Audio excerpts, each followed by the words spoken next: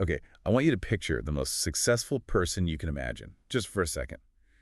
In your head, what do they have? Well, probably a lot of money. A huge company. Yeah. Maybe a fleet of cars, something like that. Exactly. We're sort of conditioned to think in terms of addition. You know, if you want to win a war, you get more tanks. Right. If you want to be smart, you read more books. If you want to be powerful, you control more people. It's always more. It's the logic of accumulation. But today, we are looking at a source that takes that logic, kind of crumbles it up, and throws it right in the trash. It really does. We're doing a deep dive into a text that argues the exact opposite, that the ultimate form of winning is, well, never fighting. And the highest form of wealth is owning absolutely nothing. It's a fascinating piece. It's a text titled Several High Points of Life, or in the original Chinese, Renchen de Zigodian. Okay. It was written by an author named Xu Feng back in 2011. And honestly, it reads almost like a A staircase. scare case? How Yeah. so? Yeah. It starts with things we can kind of grasp, like skills and conflict. And it just keeps going up and up into these really abstract, almost dizzying philosophical heights.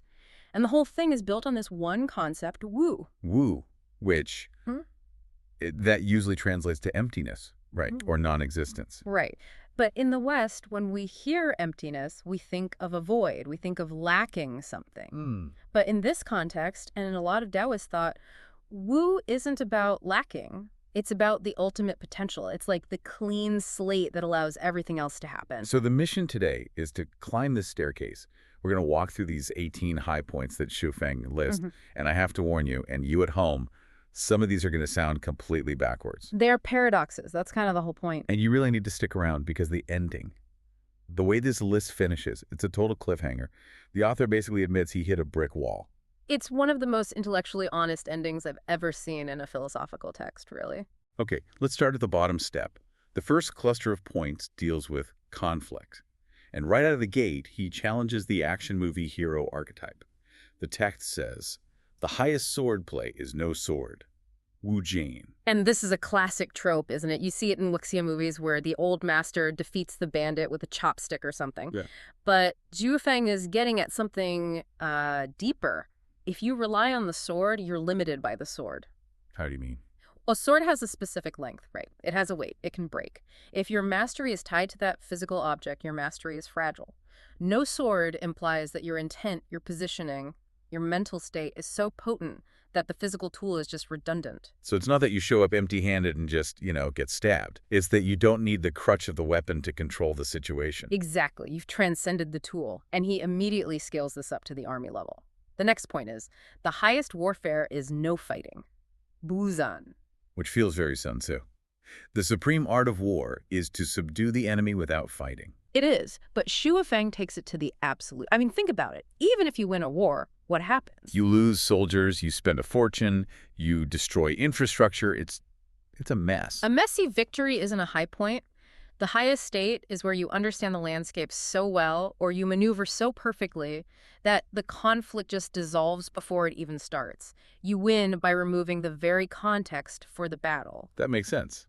But then he applies this to our daily grind, and this is where I start to get a little twitchy. He says, the highest striving is not striving. Buzang. Boozing. Now hold on. To a modern ear, especially in the corporate world, not striving sounds like quiet quitting. Sure, it sounds like laziness. Yeah. If I stop striving, don't I just become a couch potato? That's the common trap, right? We equate struggle with effort. But Buzang isn't about doing nothing. It's about not forcing things against the grain. Think about that guy in the office who is constantly loud, constantly seeing everyone on emails to prove he's working, Oh, I know that guy. constantly trying to one-up people in meetings. Yeah, that guy is exhausting. That is striving. It's friction. It just reeks of insecurity.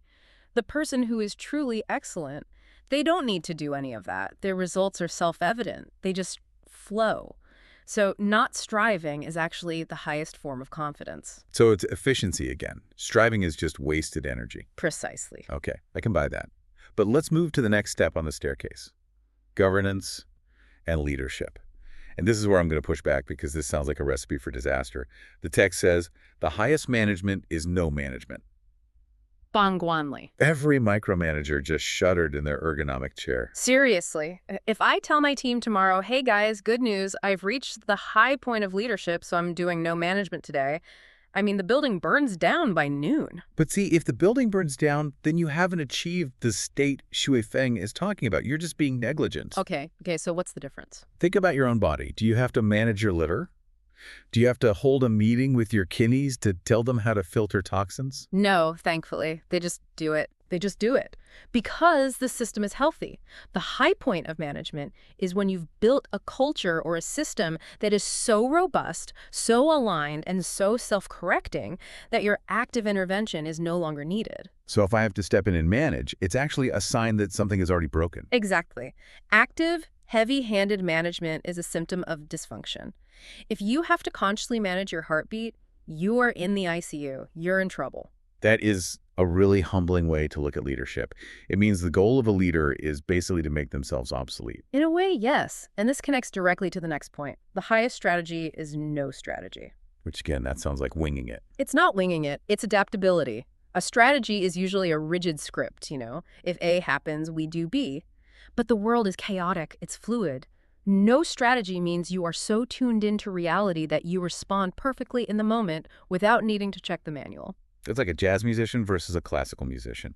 The classical musician needs the sheet music, the strategy. The jazz musician just listens and responds. That's a perfect analogy, and that leads to the darker side of leadership. The highest punishment is no punishment. This one feels risky. No consequences. It's not about no consequences, but think back to the no management idea. If you have to use the whip, if you have to punish people to get them to do the right thing, you aren't leading by authority. You're leading by fear. So the high point is where people do the right thing because they want to, because of their own internal compass. Right. The control moves from external punishments, managers, strategies, to internal. Conscience, culture, intuition. And this all culminates in what might be my favorite line of the whole text. The highest wisdom is no wisdom. Oh, I love this one too. I feel like I know a few people who have no wisdom, but I don't think they were what the author had in mind. No, definitely not. We often confuse wisdom with intellectual clutter. Using $10 words to explain a 5-cent concept, showing off how complicated your thinking is. The smartest guy in the room syndrome. Exactly. That's not wisdom, that's just ornamentation. No wisdom implies a mind that is clear. It sees things exactly as they are. It doesn't need to dress up the truth with jargon or theories. It's transparent. Real wisdom doesn't feel like thinking. It feels like seeing. Okay, so we've dismantled conflict. We've dismantled management. Now the staircase gets steep. We're entering the realm of the self. And this is where the subtraction gets really uncomfortable because it starts coming for our identity. It's targeting our attachments. It starts with the highest private method or self-interest is selflessness, Wu Si, and the highest mental method is no mind, Wu Jian. Wu Jian, no mind. That's what athletes call the zone. When you're in the zone, there is no self-talking in your head. There's no, I hope I make this shot, or what will the crowd think? There's just the action. The ego is actually the interference. And then he comes for our stuff. The highest ownership is non-possession, and the highest wealth is no property. This is a direct shot at consumer culture. We're taught that wealth equals accumulation. He who dies with the most toys wins. Right. But think about it. Everything you own owns a little piece of you. You have to insure it. You have to clean it. You have to protect it. You have to worry about it being stolen. More money, more problems. Literally. The text suggests that the highest state of wealth is needing nothing. If you own nothing, you have nothing to lose. You are unleverageable. You become completely free. I can get behind the minimalism. I can get behind the no ego. But then he drops this one. And this is where I actually stopped reading for a second. The text says, the highest diet is no eating. Yes. I mean, come on. Is he suggesting we just start? Is this an instruction manual for breatharianism or something? It is the most extreme application of the logic, yes. Yeah. And we have to be careful here. We aren't giving out medical advice. In Taoist traditions, there's a concept called bigu, or grain avoidance, moving toward living on qi or cosmic energy. Okay. But even if we don't take it literally as never eat again, look at the principle underneath it. The principle being dependency. Exactly. If you have to eat, you are tethered to biological reality. You are dependent on the farm, the supply chain, the grocery store. You are vulnerable. So the high point, the absolute theoretical peak, would be total energy independence. not needing fuel from the outside. Correct. It highlights that every need we have is a form of limitation, even the need for food. That is a wild way to think about lunch. But okay, let's keep climbing. We've stripped away the sword, the strategy, the ego, the possessions, even the food. So what is left? The text kind of shifts gears here. It goes from what not to have to how to be. It moves to methodology. And it gives us 3 instructions. 1, the highest way of living is follow the course of nature, Shun Qiziran. 2, the highest way of doing is adapt according to circumstances. And 3, the highest stillness is be at peace wherever one is. This is the antidote to the anxiety of control. We hear so much about manifesting these days, right? Create your reality. Yeah. Bend the universe to your will. Yeah, trying to bend the spoon with your mind. Right. Xu Feng is saying, don't bend the spoon. Be the water. Shun Qizian means allowing things to unfold and riding that momentum. If you are constantly fighting against the reality of your situation, you're just wasting energy. And be at peace wherever one is. That's internal again. It means my peace doesn't depend on me being at a spa. I could be at peace in a traffic jam. Because the peace is you, not the environment. And where does all this lead? The text gives us a final destination. The highest realm is union with the Tao, Union with the Tao. which is the ultimate synthesis. When you have no sword, no strategy, no self, no possessions, what is left? You aren't an individual fighting against the world anymore. You are the process of the universe. You are flowing with the Tao. It feels like the end of the movie. You stripped everything away. You flow with nature. You merge with the universe. Roll credits. Perfect ending. But wait. Exactly. This is where it gets really interesting. Mm-hmm. Because the text doesn't end there. No, it doesn't. After listing 18 of these highest points, getting us all the way to union with the Tao, Xu Feng just stops. And he does something you almost never see a philosopher do. He admits he's stuck. He lists his blind spots. He says, I have figured all this out, but I have 2 blanks I cannot fill. And he asks for help. He asks the high people of the world to help him answer 2 questions. Number 1, the highest emotion is? Question mark. And number 2, the highest love is. And he just leaves them blank with question marks. Now you have to ask yourself why? Why these 2? Why didn't he just use the same formula he used for everything else? Right, use the formula for wisdom, for strategy, even for eating. Why didn't he just write the highest love is no love? It would fit the pattern perfectly. No wisdom, no strategy, no love. But he didn't write that. He couldn't. Which implies that no love is not the answer. That is huge.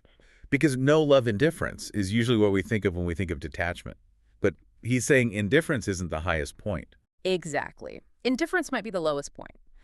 This suggests that love and emotion are the variables that break the pattern of negation. The logic of emptiness works for skills, it works for objects, it works for the ego, but it crashes when it hits the heart. So he got to the edge of the universe, stripped of everything, ready to merge with the Tao, and realized he still had a heart, and he didn't know what to do with it. It's a moment of incredible vulnerability. He realized that no love just feels cold. It feels robotic. And if the Tao is the source of life, it can't be cold, so he's stuck. So what do you think the answer is? I mean, maybe the highest love is something that encompasses everything, universal love. Or maybe it's a love that is so total it doesn't distinguish between me and you, which would circle back to no self. But he wasn't confident enough to write it down. He refused to fake it. Which, ironically, might be the highest wisdom right there, admitting what you don't know. So what does this all mean for you, the listener? We've gone from no sword all the way to union with the Tao and then hit the brick wall of love. I think the takeaway is to look at the areas in your life where you're overexerting. Where are you trying to add when you should be subtracting? Where are you fighting wars that don't need to be fought? Or micromanaging things that would run better on their own? The text invites us to try subtraction, to see if less really can be more. But also to acknowledge that some things like love are complex and might not fit into a simple logical framework. And that's okay. I want to leave you with a bit of homework, borrowed directly from the author. Xu Feng left those last 2 lines blank. The highest emotion is, and the highest love is. Based on your own life and everything we just discussed about no self and flow, how would you fill in those blanks? Does the pattern hold, or does love break the rules? Yeah. I'm all on that. It's a question that apparently even the master couldn't answer. Thanks for taking this deep dive with us. It's been a pleasure. See you next time.